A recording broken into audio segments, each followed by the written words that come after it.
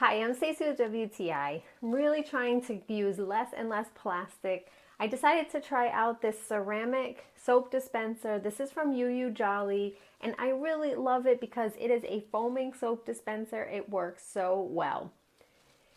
The top part of this dispenser is made out of plastic, and the bottom part that you see here in white is entirely made out of ceramic. It's a nice sturdy material, and it's very easy to take the top off, add in your soap, and then add in your water. Voila, you get beautiful foaming soap every time. I actually use this for a concentrated face wash that I buy, and so I love being able to have it always ready and at hand, and then I can just buy the refill to save myself a little bit of plastic and on cost.